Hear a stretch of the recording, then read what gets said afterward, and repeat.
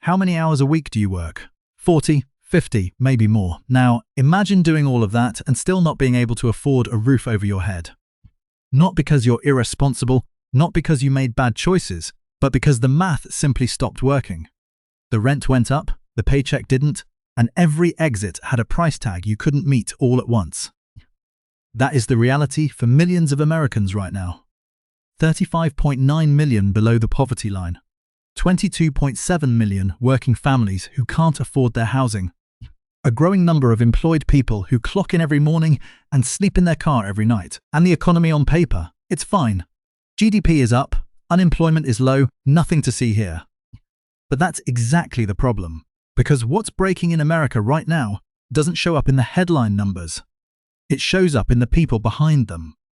Working people, stable people, people who look completely fine from the outside until they aren't. This is the second Great Depression. It just doesn't look like the first one. The contract itself is what broke. Work used to be the answer to this conversation. For most of the 20th century, the deal was straightforward. Show up, do the job, earn enough to cover the basics. Housing, food, stability, those came with participation. That was the understood agreement between a person and the economy they contributed to. That agreement isn't holding anymore.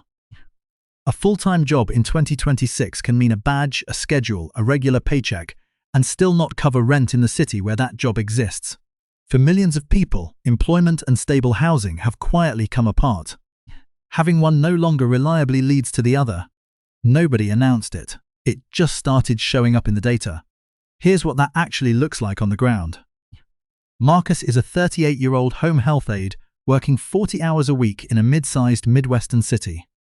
He earns just over $15 an hour, around $25,000 a year before taxes.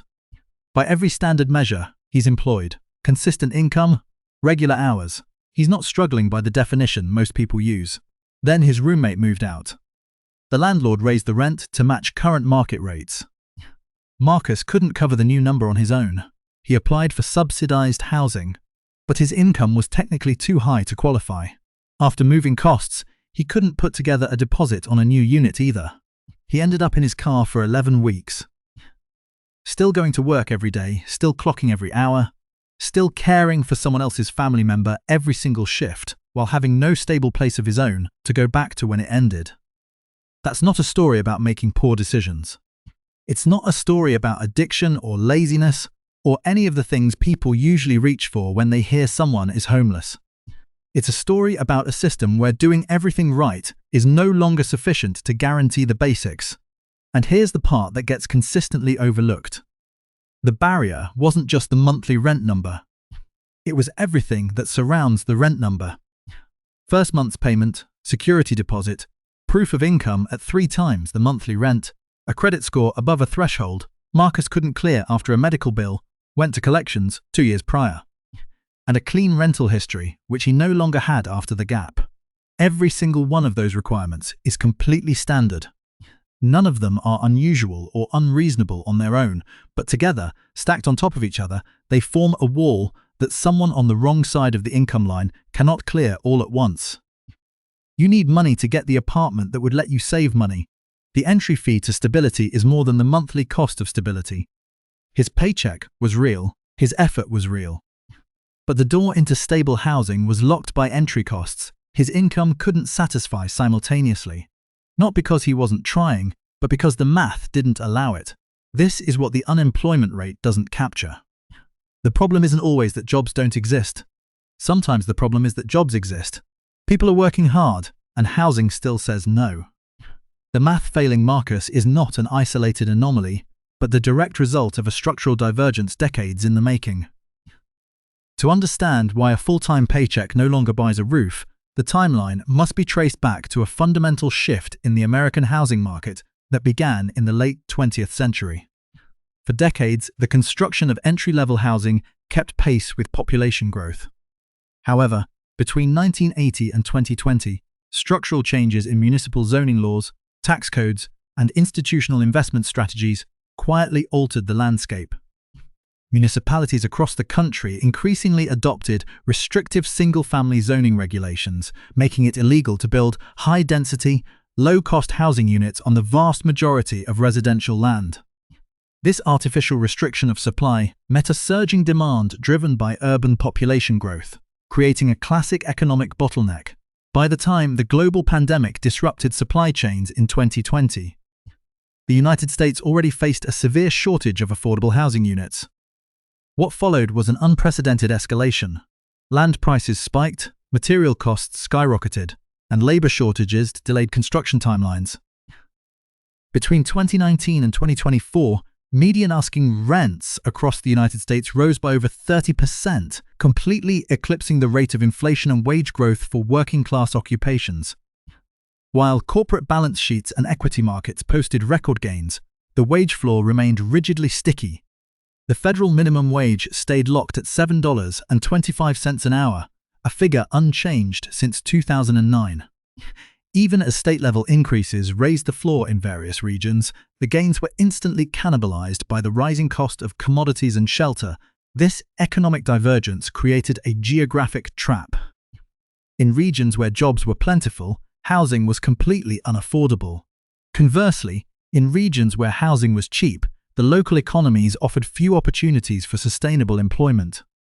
Workers were forced into an unsustainable compromise: migrate to high-cost urban centers and spend an unsustainable portion of their income on rent, or remain in economically stagnant regions with limited financial upward mobility. For those who chose the urban centers, the financial reality became increasingly stark. According to data compiled by the National Low-Income Housing Coalition, there is currently no state, commonwealth, or territory in the United States where a worker earning the prevailing minimum wage can afford a modest two-bedroom rental home at fair market rent while working a standard 40-hour work week. In high-cost states like California, New York, and Massachusetts, a worker needs to clock anywhere from 80 to 110 hours per week just to keep housing costs under the standard 30% threshold. This is a mathematical impossibility for a single earner. The structural deficit in affordable housing was further exacerbated by a major shift in property ownership. Following the 2008 financial crisis, institutional investors, private equity firms, and hedge funds began purchasing single-family homes and modest multifamily complexes at an unprecedented scale. Backed by billions in low-interest capital, these corporations outbid traditional homebuyers and local landlords, converting previously affordable entry-level ownership stock into permanent rental properties. By 2026, corporate landlords owned an estimated 1/4 of the single-family rental supply in several major metropolitan markets. The primary fiduciary duty of these institutional owners is to maximize shareholder return. A mandate executed through automated pricing algorithms that systematically push rents to the absolute ceiling of what the market can bear. Traditional landlords often absorbed short-term economic fluctuations to maintain long-term, stable tenants. Corporate property management firms, by contrast, frequently utilize rigid software platforms that automatically trigger rent increases, impose strict late fees, and initiate swift legal eviction proceedings the moment a payment window closes. The consequence of this institutional transition is the systematic elimination of the bottom tier of the housing market. Older, naturally occurring affordable housing units are routinely purchased, cosmetically renovated, and rebranded as premium luxury apartments with significantly higher price points. The physical buildings remain the same, but the price tag changes permanently, effectively displacing the working-class tenants who previously relied on them. This process is not a product of natural market forces, but a deliberate corporate strategy designed to extract maximum rent per square foot, leaving low-wage workers with zero viable alternatives within reasonable commuting distance of their jobs. Simultaneously, federal and state assistance programs have failed to scale alongside the growing deficit. The Housing Choice Voucher Program, commonly known as Section 8, remains severely underfunded. Unlike entitlement programs such as food assistance or Medicaid, housing assistance is strictly limited by annual congressional appropriations. Nationwide, only about 1 in 4 households that qualify financially for federal housing assistance actually receives it. The remaining 75% are placed on waiting lists that routinely stretch for years, or are closed entirely due to overwhelming demand. In major metropolitan areas like Los Angeles, Chicago, and Atlanta, the wait time for a housing voucher can exceed a decade. For a working family facing an immediate rent hike or an eviction notice, a 10-year waiting list is functionally useless. They are left entirely at the mercy of a private market that has no financial incentive to accommodate them. The structural safety net designed to catch vulnerable workers has turned into a lottery system where the vast majority of participants lose. The geographic trap has closed, leaving millions of employed individuals stranded in an economic grey zone, too wealthy for immediate government aid, but too poor to survive in the modern rental market. The daily convergence of low wages, institutional housing costs, and threadbare social safety nets manifests as a direct conflict in courtrooms and corporate offices across the country. In 2026, the collision between municipal code enforcement, corporate property management groups, and working tenants has reached an acute impasse. Eviction courts, which operate as high-volume processing environments, have become the primary mechanism for resolving the mathematical deficits of the working poor. Observations of housing courts in major metropolitan hubs like Phoenix, Las Vegas, and Miami reveal an accelerated legal process where the average hearing lasts less than 3 minutes. In over 80% of these cases, corporate landlords are represented by specialized legal counsel, while more than 90% of tenants appear without representation. The legal asymmetry results in rapid, standardized judgments that instantly transform a temporary income interruption into a permanent displacement order. This operational reality has created a distinct class of working unhoused individuals whose lives are governed by municipal parking or ordinances and corporate trespass policies. In cities where the cost of a one-bedroom apartment exceeds 60% of a median worker's net take-home pay, public spaces have become default residential zones for the employed. In cities across the Pacific Northwest and the American Southwest, industrial parks and big-box retail parking lots function as overnight staging grounds for thousands of logistics workers, delivery drivers, and service staff. Major retailers have increasingly responded by hiring private security firms and installing advanced surveillance systems to enforce strict no-parking rules, actively pushing these workers out of lit, secure zones and into peripheral, unmonitored industrial sectors. The immediate result of this geographical displacement is a direct confrontation with local law enforcement. Municipalities have increasingly enacted public camping bans and vehicular residency restrictions, effectively criminalizing the only survival strategies available to individuals who work full-time hours but cannot clear the entry costs of a lease. Law enforcement data from various municipal jurisdictions show a marked increase in citations issued for sleeping in vehicles, a penalty that carries hefty fines. For a worker already operating with a $0 margin, a $250 citation for vehicular residency is catastrophic. If unpaid, the fine triggers vehicle registration suspensions, towing orders, and impound fees. When a worker's vehicle is impounded, they do not just lose their shelter. They lose the mechanical means to commute to the very job that pays their hourly wage. The system creates an inescapable feedback loop, where the penalty for lacking housing actively strips away the tools required to secure it simultaneously. Corporate employment structures have adapted to exploit this precarious workforce, while insulating themselves from the broader systemic fallout. The rise of gig economy platforms and subcontracted labor models allows major service, retail, and logistics corporations to maintain high productivity while offering zero healthcare benefits, zero paid sick leave, and zero wage stability. Internal reports from major fulfillment centers and logistics networks reveal a calculated reliance on high employee turnover rates. Because the pool of low-wage workers desperate for income remains large, corporations have little economic incentive to raise wages to match local rental indices.